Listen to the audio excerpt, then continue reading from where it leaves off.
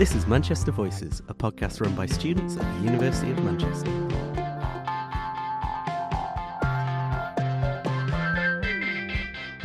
Let's get right into it. Let's do a quick introduction. Who are you? What do you study? And what is your disability situation? And you first? Oh, me first? You are the host. Okay. I'm Vibhusha Karki. I'm a third-year PhD student. And I'm diagnosed with general anxiety disorder. And I'm in queue to be diagnosed with ADHD as well. Okay, my name is Takia and I am also a second-year PhD student. I have multiple neurodiverse conditions including dyslexia, dyspraxia, ADHD, and have referred for autism. And I also have chronic pain and PCOS. So yeah. And on all of that, I'm a mom as well. That is not a disability, but it also contributes to, all of the and all of it get together. So it can get overwhelming quite a lot. Yeah. What was that last one? I'm a mom. It's not Mom. Mum. Mom. like I have a daughter. Yeah. Oh. Yeah. I guess it's my turn. So I'm Kai Prince and I study a PhD in mathematics. My first year was full-time, but I've kind of done different levels of part-time. So the end of my second year equivalent is in July. So yeah, and I guess most of my life I kind of struggled with depression, and I think I went to get treated for it in when I was 15 or 16, don't quite remember. And then a few years went by. I went back to therapy for 2 years because it got to that point where it was bad enough to go to the early detection and intervention team. But yeah, since that therapy, things have been great, except the symptoms that all of us thought were part of depression were actually part of ADHD, and they didn't go away since I was feeling better. So that kind of started my journey to getting diagnosed with ADHD after I graduated my integrated masters, and yeah, it's been uphill since being diagnosed, I guess. Yeah. So those of you wondering why there's a dog here, her name is Barfi. She is my assistant's dog. She helps me cope with a lot of things. She's a working dog. But yeah, just introducing her as well. Yeah, that's a good thing. Very cute. Can't see her from here, but when you first arrived at Manchester, what do you think, the UOM, what do you think, this works well here, these things, and any of the other things that you wished worked better? Okay, so I think for me, coming to Manchester was good in the sense that, it brought me, it sort of introduced me to the idea of I may have these disabilities, and I would say that it was a great experience in the sense that you keep getting bombarded with this information, and you start to think when all of this comes in front of your eyes, then you realize, okay, I have all of these symptoms. So I first self-diagnosed with ADHD and with dyspraxia and dyspraxia, and then it was UM which supported me in getting my diagnosis and all of this stuff. I think it was really good for me. Yeah. And what do you think you wish that some systems in UM, if it was better for you? After the diagnosis, I think that the systems, there should be more knowledge about it. It's like if you go to DAS, for example, they just tell you that, and they ask you what support you need. But I think if I have just gotten aware of that I have ADHD, I don't know what I need. I have been living this way the whole life. So there should be some, more information out there about what support you might need, and some support with getting familiarized with your condition. That's the support which is missing here. I remember my own journey. It took me a really long time to accept I have general anxiety disorder, and I was like, I'm not crazy, I'm normal. I kept being like, no, I don't have it. Typical South Asian. Kind of relate to that. So I was registered with DAS throughout my integrated masters, and even though I was like a DAS student, I didn't really identify as disabled. I kind of said, I'm really struggling with depression, and like it's really like disabling, but I didn't see myself as disabled enough to be considered disabled, because I was like, what do you mean? Like, you kind of get this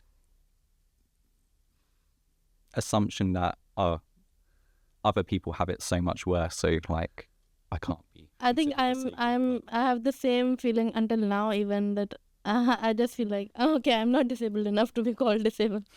Yeah. I feel like,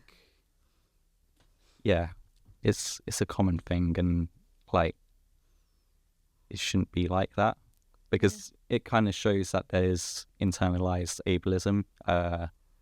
Like we kind of see disabled as like a negative term that you only use when you're like really struggling, but we don't really have a good definition of what really struggling looks like. Right. Yeah. What was the question again? When you arrived at UOM, what was the things that you thought like, this works really well here, and any things that you thought like, this needs more improvement? It's hard to think of things that work really well other than like the community. I feel like the student community is the strongest part of the university. And over the years, things changed. So like things that were good are not anymore, and then things that were bad are better now. But something that I would change is that I feel like we kind of have an outdated view of disability. Like, even though we adopt the social model of disability, in practice, it doesn't really feel like that. Like, we still need to have medical evidence that we're diagnosed or getting diagnosed. And that's all just in order to get a reasonable adjustments. But I feel like overall in practice, the social model of disability is kind of just the medical model in disguise. And I feel like the university should kind of change that. We should kind of take on like a biopsychosocial model of disability where we don't really need medical diagnosis. Like, there still needs to be evidence, but it needs to be catered to each individual, and it kind of needs to be like achievable, I guess. Because I've heard a few students who were trying to get medical evidence to register with DAS, but their GP is either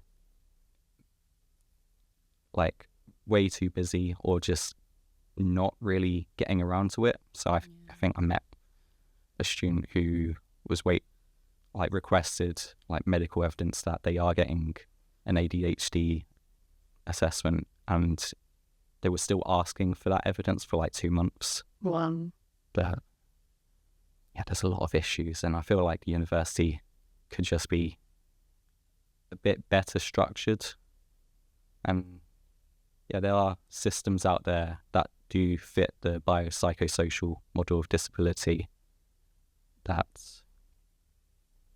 the university could adopt. So it wouldn't be like reinventing the wheel. It just means a little bit of change, hopefully a bit at a time, because I feel like big change is always a huge shock to the system.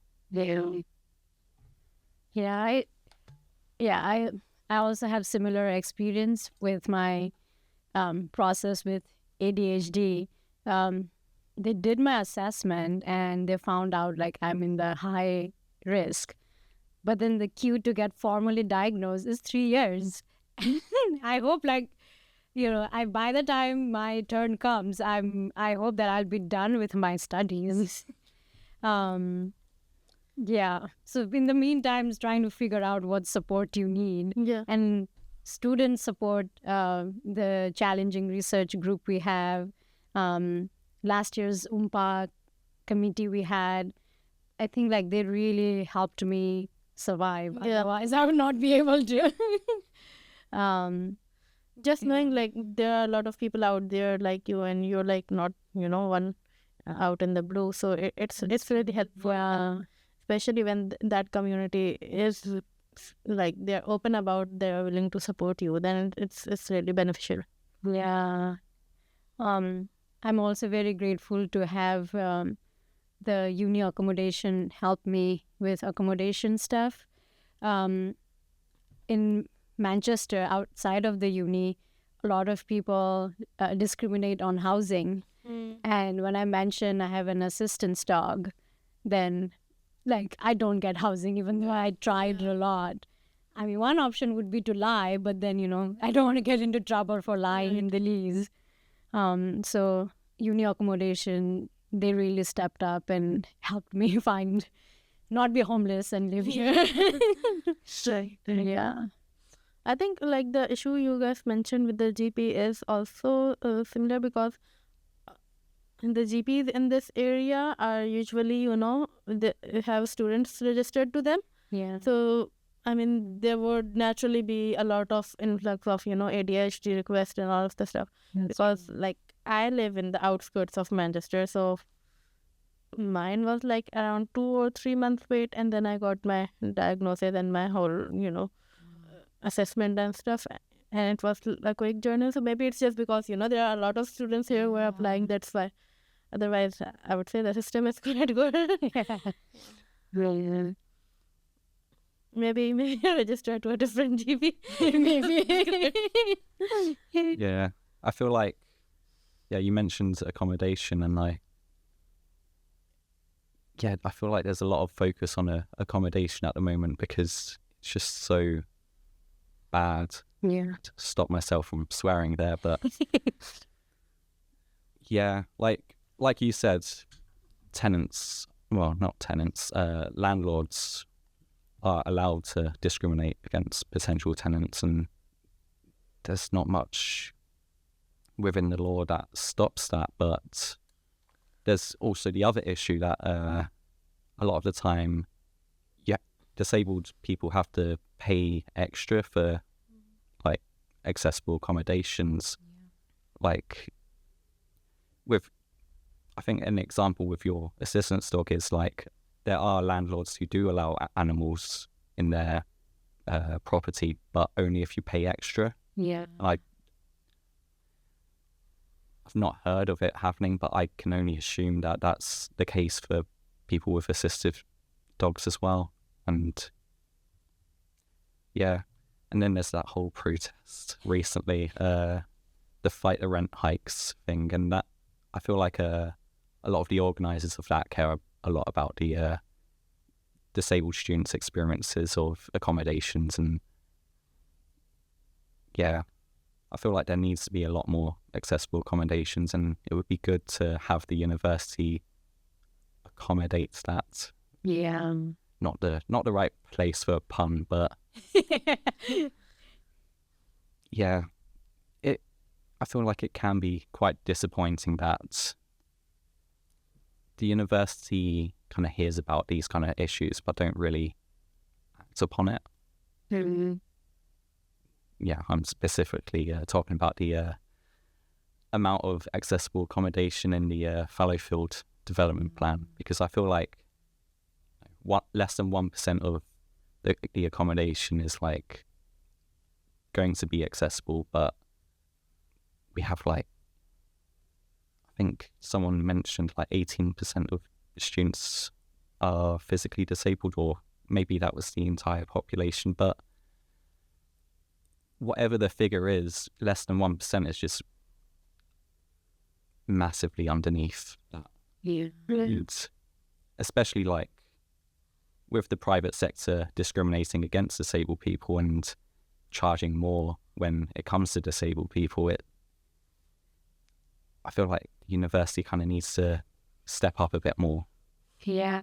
I just think every accommodation should be accessible so that anyone can come and live in it, to be honest. So that, I mean, even those who don't need the accessible need, they won't have an issue with all of that. Yeah, I completely agree. I feel like all accommodation has to be, should be accessible, like you said. And like, there's a lot of costs involved with it, but you know, I feel like it matters more to include like wheelchairs users, for example. Their accommodations may be viewed as like more substantial, but I feel like that shouldn't be an excuse over limiting where they can go and how included they are in the student community. Yeah, that's like my point, because anyone can break a leg, or anything can happen at any moment in your life, and you could become disabled. Not that I wish for anyone and it to happen, but it can happen. So I mean, accommodation should be prepared to accommodate that, because you are living there. That's your place of living. You just don't break a leg and then move out of your house. That's another stress. Yeah. So I think we are off the topic here.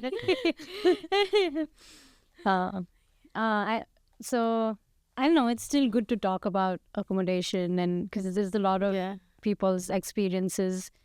A friend of mine, he lived in George Kenyon. That is the only one which has, it's most easy to use the wheelchair and the scooters, because there's no stairs and it has lifts. But then George Kenyon was supposed to close for maintenance, and then it became this whole thing of like, where is he gonna move to find a place that is accessible with his scooter? It's a big deal. Yeah. So the accommodation near University Place. Yeah. I think that one's a postgraduate only one as well. Yeah. They changed the schedule because they were supposed to do maintenance stuff. So now I don't know details, but they have changed it to allow masters or something like that, so that it's 1 year and it closes or something. I mean, for me, university accommodation was never an option, because I'm here with a family, and they don't accommodate families at all. So that's also a huge like gap there, but they don't even want to address that gap or issue. Have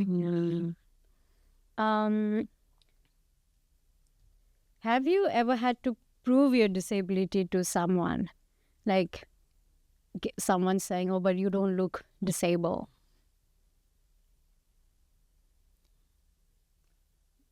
Do you want to go first? I'm still thinking. For me, like I didn't really have that experience of someone asking me, but I think like I have got a lot of odd looks because because of ADHD or something. I'm impulsive, or sometimes because I have dyspraxia. So in layman terms, that would be clumsiness, right? I bump into people a lot. I bump into things a lot, and I would just be walking and things would drop around me. So not like I didn't have to prove, but I have got a lot of those odd looks, and like there's nothing I can do to help it. So I mean, people should be more educated that a person is not just doing that on purpose or something like that. Yeah. And I would say, like, I've been told off by quite a lot of bus drivers to stay in line just because I don't sort of comprehend that it's my number or not sometimes, and then just they're like, "Miss, please." Yeah, the reason I had to think about that is because there's a lot of overlap between like having to explain, well, being asked to explain it, or feeling like you have to explain it. Because with ADHD, there's a lot of rejection sensitivity, and I think when I first started seeking therapy at 15, it was like a lot of people kind of didn't believe it and was like, oh, you don't need therapy, like you're doing good, and it doesn't help to be like, getting high grades in class, but doesn't really matter when it comes to mental health. Like, I don't really see the link between high grades and mental health really, but I think that kind of started that kind of assumption that I do need to explain my own disabilities, and I think, it's not fun, but I feel like being open about it over time for myself kind of benefited me, because I don't really, like, ever since like that period of my life, I haven't really had to explain my own disability except for like internet trolls and whatever. But I think this university is quite good at that at the moment. There's plenty of time for me to get exposed to those behaviours. I got a lot of it because, like me walking around with the dog makes me more visible. Yeah. And people would ask me, why do you have a dog? And I would say general anxiety. And then, I have anxiety too. You don't look disabled, because I like to dress up. And the people will be like, you don't look disabled. I have anxiety too. Why do you get to have a dog? Well, you can also go to a therapist and then get a dog if you want. It's really it's really hard actually. Because anxiety, there's normal anxiety, and then there's other general anxiety disorder. So trying to trying to explain that. Even to get an assistance dog is not easy. Like, she had to have 2 years of training, giving exams, cost of those training, cost of those exams. It's a lot. So, and in the UK, there's a queue or whatever. It's really hard, right? So try to explain all of that. It's like, okay, I'm on my way to class or some meeting or something, and then I get stopped, and then this whole thing I have to explain. So it took me a while to be like, I don't owe explanation to anyone. You can just suggest to them very casually that, you can look up how to get a dog for yourself. It is very easy process, and then they'll get into it. Just tell them it's an easy process. You can go and get a dog for yourself, and then they will know the struggle. They will go and look, and then they will I think that's a solution to getting all these questions. Got that a lot. And sometimes it would be like, there are some people who ask, can I pet your dog? And then I can say she's working. Then there's another group who is like, and then they'll just try to grab her. And it's like, why would you do that? And obviously, like, I'm anxious, so she reacts. Not that she's gonna bite someone. It's she's just like, don't touch me. So then it's like, your dog isn't friendly. She's working. She's supposed to ignore you. I feel like, that doesn't sound great, because, seeing that you got an assistance dog and asking about your disability, I feel like that's quite a personal question. It's like, I can't even think of a different example, but doesn't sound great. It's been hard trying to find that boundary with myself, to be like, if I'm in the mood, I'll tell you. If I'm not, I don't owe you anything. But one thing that has really changed the game for me is student union, the training on accessibility.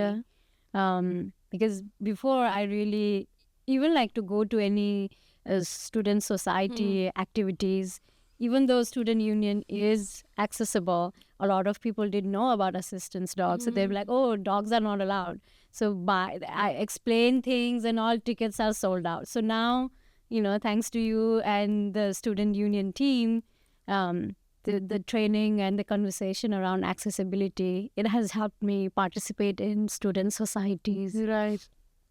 So now it's getting easier a little bit. I feel like a lot of the work was done by Aisha and Charlie, but I'm glad to be involved in that process. Mm-hmm. Well, we hope you can be more involved in the next year. Probably. Yeah.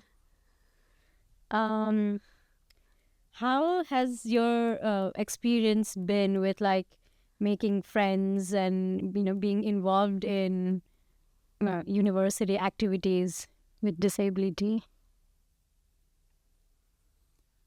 I'll go first. It's changed over the years because I've changed over the years. So when I first started the university back in 2018, I joined a halls of residence, and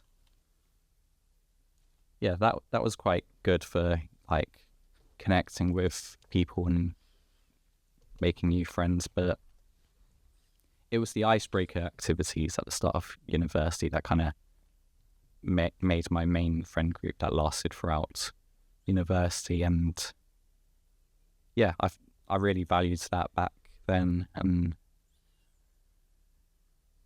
I do realise that I've kind of neglected a lot of my friendships because I'm just so distracted and so busy, and time just flies by. But yeah, I think back then though I felt a lot more rejection sensitivity, which was kind of dealt with in that 2-year period of therapy. But nowadays it's I feel like I can easily connect with people because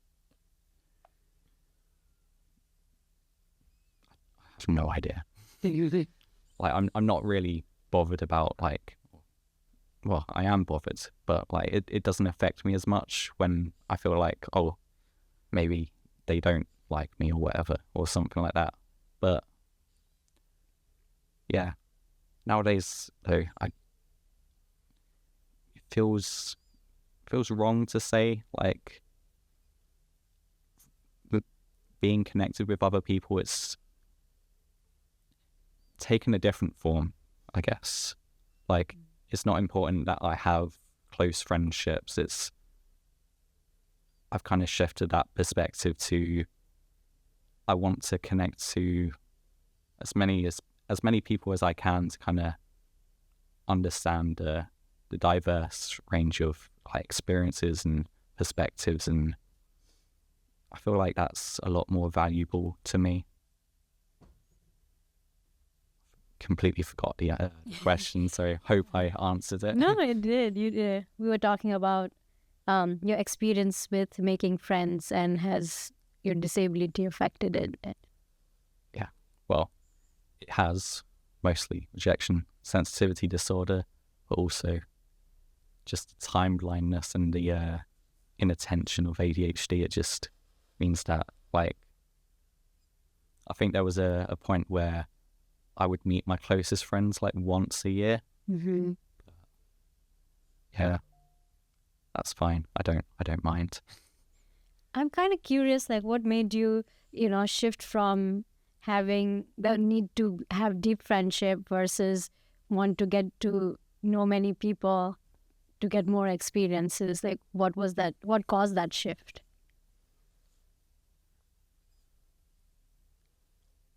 I'm not sure. I think maybe it's the advocacy work and all that, and also, yeah, I'm really not sure. Well, my RSD sensitivity is very high, to be honest. Mm-hmm. So I just tend to sort of keep thinking about what people said and what. I have always struggled with making friends in the way friendships work. So, like in Pakistan, there's a huge, idea of having best friends and at least one or two best friends, and going out with them and doing stuff with them. So, and initially when I came back here, I sort of wasn't letting go of my friends back there, and the whole life has completely changed. Their life has moved on. My life has completely changed. But now I think I am also like going on the pathway of getting to know more people, maybe not that deeply, but to a level where you can connect and you can make some good connections with people. And I think it's just because I have let go of the concept of deep friendships as much. And now I think like we are doing a PhD and we are at a stage where we sort of need to have those sort of connections just to increase our own knowledge and our own perspective of the whole world. So it's I mean, we are sitting at an international stage. We have people from all around the world, and we definitely cannot get to know each one's, as much as we would like to know them as a friend. But I think having colleagues which are sort of your friends, and you can talk to them about certain topics, each one a different topic. You can go out with them once in a while. I think that's okay. And I mean, I'm not like really close with all of my colleagues, but I think that I can still get to still I can sort of communicate with them in a way that it's a good sort of communication. Not really I won't say I have any good friends here, but for me the definition of friend is quite different. So it also depends like how you define friends. How do you define friends? For me, friendship is like you just know everything that's going on in the life of that person. Their family knows everything about you. Even you know about the whole family and stuff. You can just go out and chill at their home and do whatever you want with them. I think, but that's left behind in Pakistan. Yeah. For me too. I also struggle with the concept of friendships, especially you are in your college uni life. You're supposed to make friends and this whole I'm not supposed to be alone. And then I felt really alone. I think that's the issue. Like there's like a huge idea of making friends in uni and going out with them, socializing with them at all times. And I mean, everyone is promoting that. There are so many societies, oh my god. And then like you are here the PGR, you need to do research, you need to work, you need to do some advocacy work, networking, make connections, do some extra work out there so that you get known and people you get to know people and people get to know you. So I mean, I got so depressed in the early years of my being here in the UK because like I was like, I have no friends here. I need someone, and like you can't just buy a friend or go to the store and even if you connect with people, it's like you cannot get that level of friendship. Like if you are, especially we are doing PhDs, so not all of us get to come on campus every day. I mean that's very rare, to be honest. Like in our division, we don't need to come to the campus every day, and a lot of people are doing lab work, so they get to connect each other. So I think friendship build on meeting each other regularly, connecting with each other. So I don't have that sort of circle which is like coming every day and we are meeting every day. So that's why I think making friends is a bit difficult for me as well. For me it changed when like coming to the uni. I being close by, living close by the uni makes me come to the uni. There are other people in my divisions who also come, so it helped a lot. And then finally being able to participate in the society helped me a lot. But one thing I had to really change my perspective was like I thought friend is like everything about them and you have to need deep friendships. And now I have changed it to like a person we might not connect on everything. Like it's okay. Yeah. Like some friends are good to have fun, some are studious, some friends are good for advice. So I've kind of like categorized them. Right. Yeah. Makes sense. Yeah, I kind of thought about my answer a bit, but I don't really know if I have a definition for friend. It's just really difficult because I don't really think about who are my friends and who aren't. It's more about how much I connect to someone or relate to someone or understand someone. So like, yeah, I can be friends with people who have the complete opposite view as me, and we can have arguments about those, Right. strong debates, whatever the perspective is on that. But I still considered them as like a friend back then, and you know, it felt like even though we had strong opposing opinions, we kind of learned from each other around that. And yeah, I feel like when it comes to defining friends, it can mean anything. But yeah, I was going to say that, you know, I kind of see people as like how much I like them, but I feel like that kind of implies that I kind of agree with them. But I think just focusing on the connection and being able to socialize, even if like it's not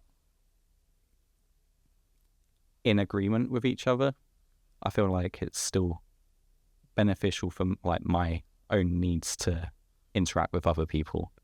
And I guess that's kind of why I don't have that investment into deep relationships. Like I spend a lot of time connecting with people, so when I do have free time, I kind of just do things on my own, just play games or binge watch TV, because there's a lot of interaction and I feel like you can get tired of that.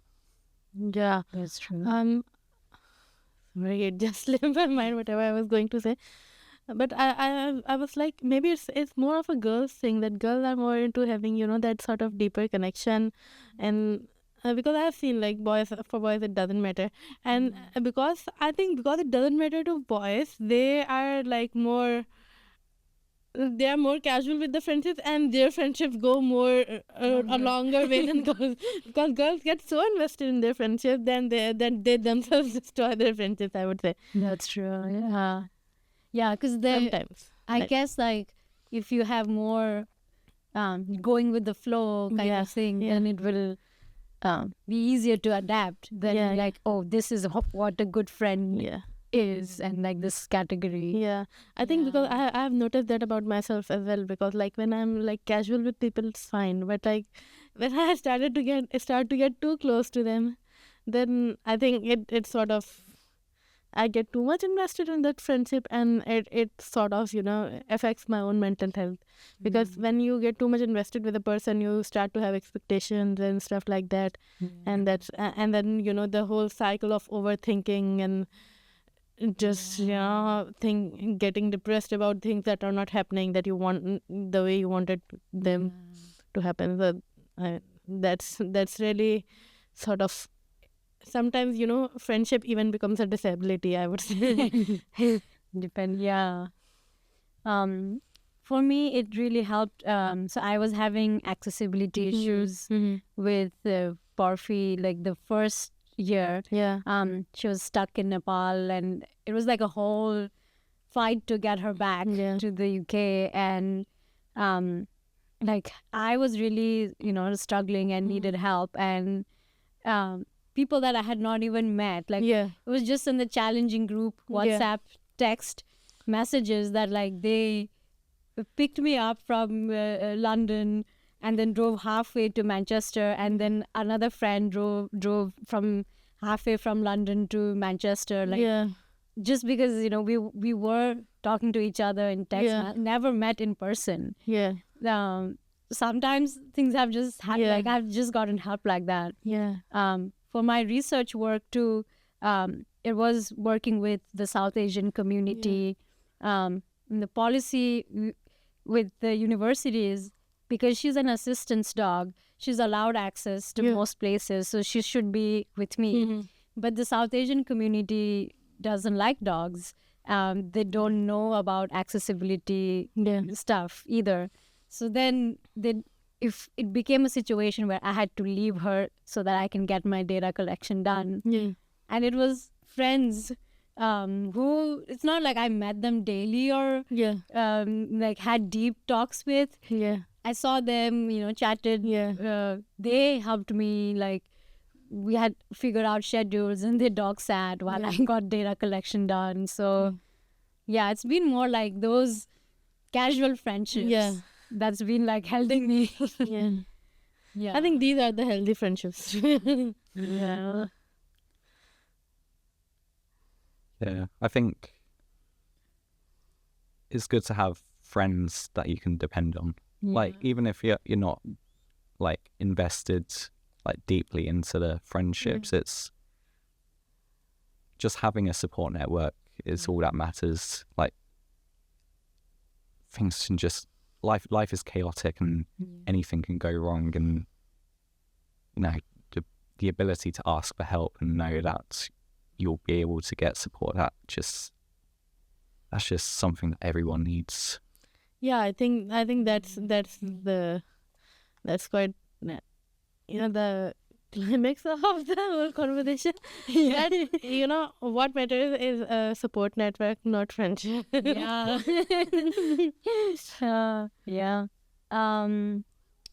So uni is stressful for everyone, and then when you add disability, it's another layer to deal with. How do you cope? I'm going first again. So I'm coping at the moment because of my journey, but when my disability was at its worst, like, it wasn't even depression where it was at its worst, it was discovering that I had ADHD, because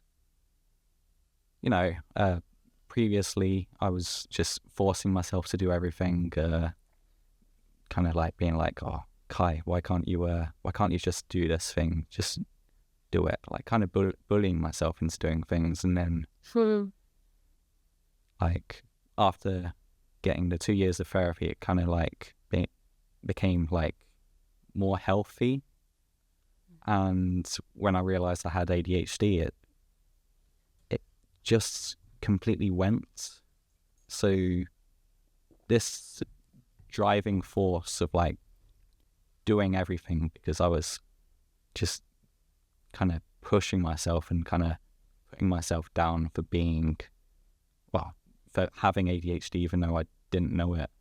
It meant that after it was identified, I had no driving force. I had to relearn how to do things. I had to, like, a lot of the way I studied was just stressing myself out and all that. And there's this concept called state-dependent memory.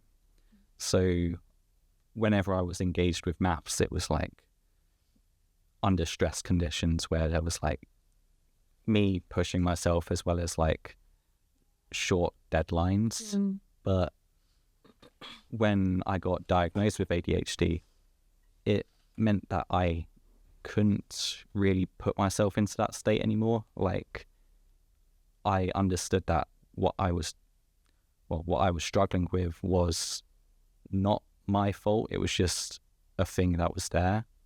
So, like, back to state-dependent memory, you find it easier to recollect memories or skills when you're in the state you were when you learnt it.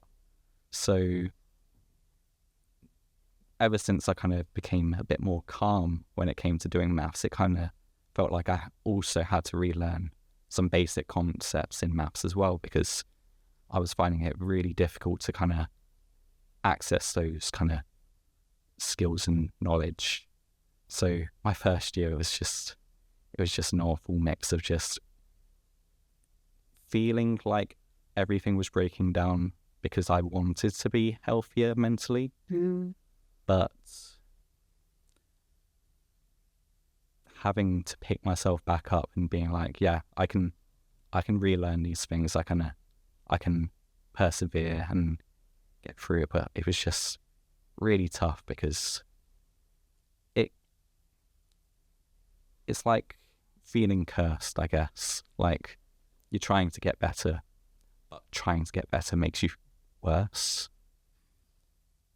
But yeah, I took a gamble after I was diagnosed.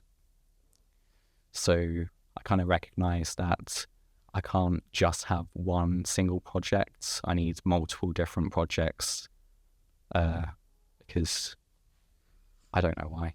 But the approach I did was just go part-time PhD, even though like that would be quite a financial hit. It was what was best for me, and I kind of just hoped that I can make up the income by taking on part-time jobs. And fortunately, I managed to get a job in the library student team. And back then I was a graduate teaching assistant as well, but eventually I kind of dropped the graduate teaching assistant work because I found the library student team to be a lot more better for my ADHD. So overall, I'm coping much better. Well, I'd say this is my peak in my life so far. Like, I'm still learning a lot of things about myself, but you know, I'm no longer just bullying myself to do things. I'm not kind of disabling myself, I guess. And yeah, I think that leads to the question though, that do I consider myself disabled if like all of my needs are being met and like the barriers are being taken down? And I feel like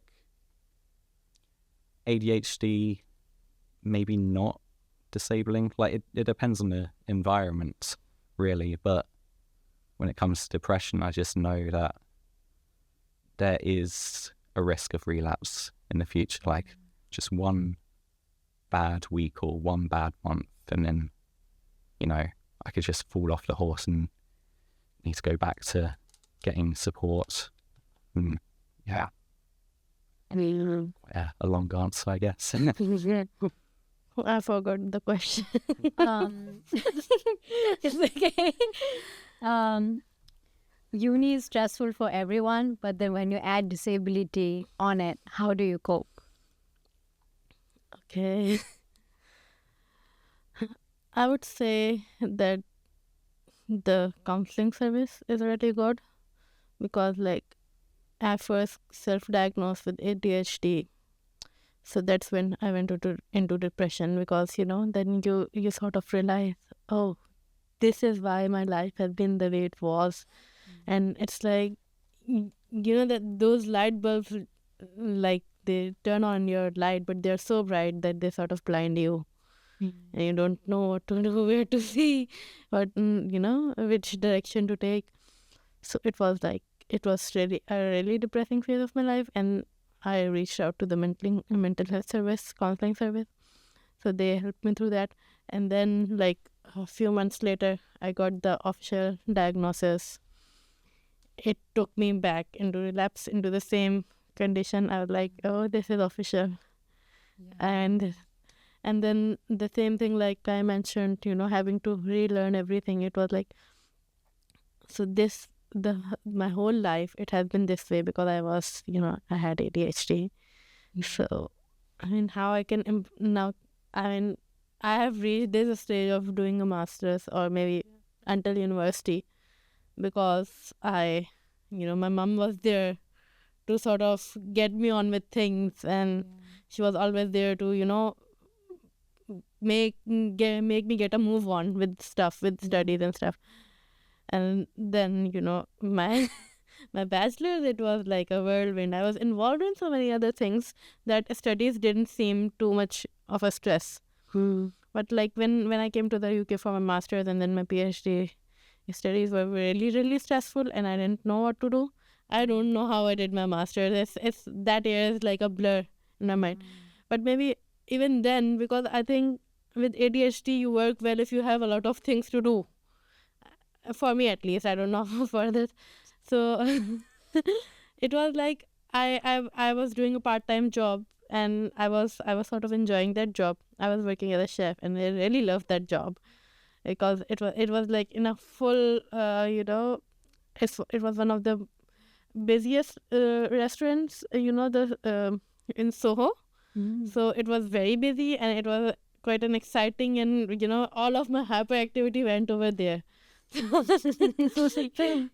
So I had like I either relaxed at home or I studied at home. So I think my master's was okay, and then I moved here, and that too, like Manchester looked such a depressing city to me because it's so quiet, and especially we are living in Oldham, so all all of the people I could see around me were older people. They were, and I had come from London, so, and before that from Karachi, but I had spent the past year in London, and it was such a busy city that you feel that you are in a vibe when you are living in London.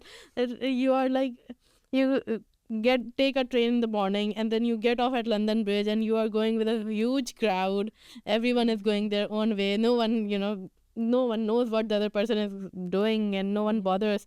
But it's like there was this sense of being vibed up in London, and here I came. I was so depressed in the start, and then I just I don't know how I came to reach out, but I reached out to the mental health service, and I think they have been my support since. They have been my support since I self-diagnosed, then I diagnosed with the I got the official diagnosis, and then I got the autism referral. So my counselor is very good. She referred me to some groups.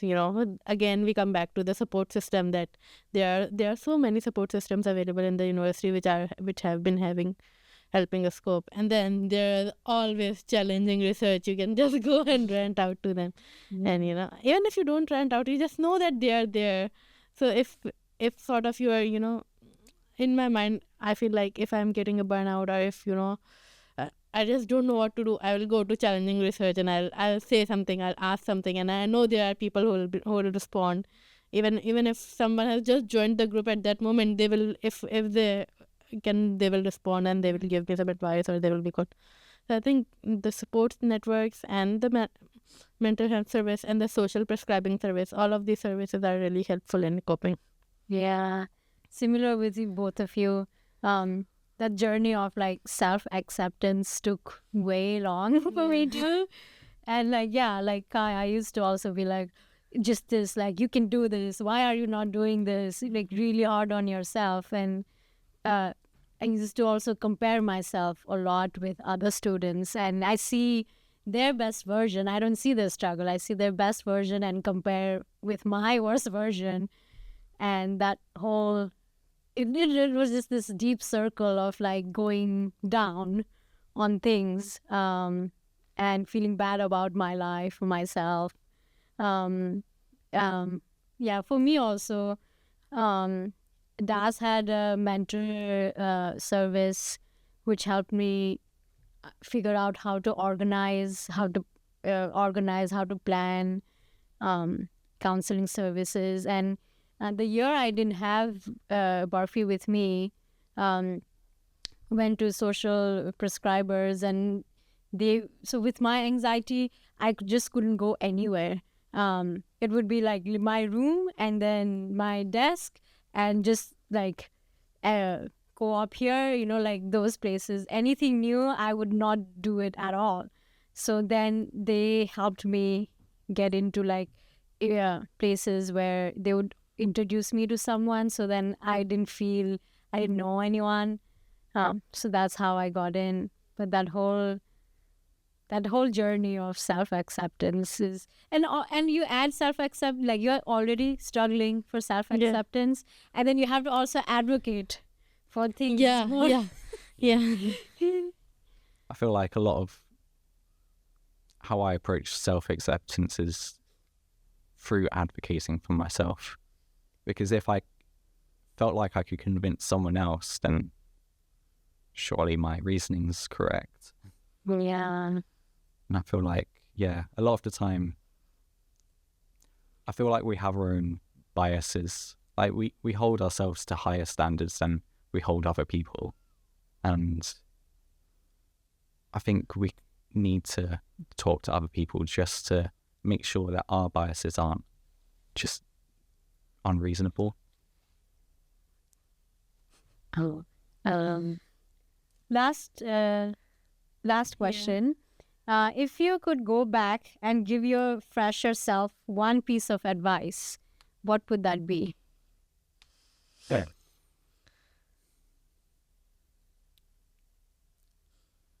Don't give up, and something is better than nothing.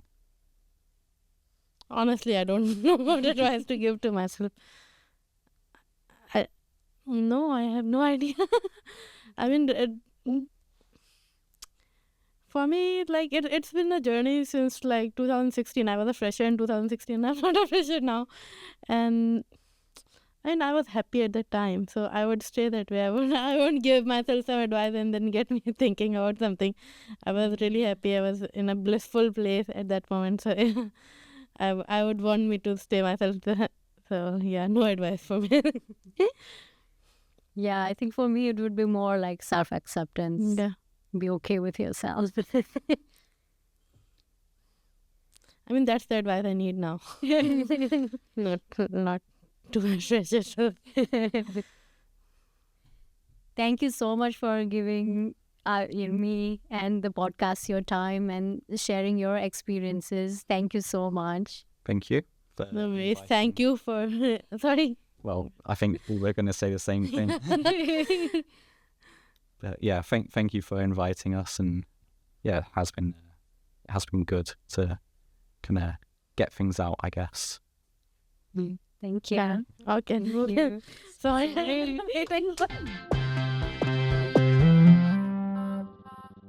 If you've got a topic you want us to discuss, drop us a message on Instagram at officialuom and mention Manchester Voices. Our jingle was created by student Maisie Illul.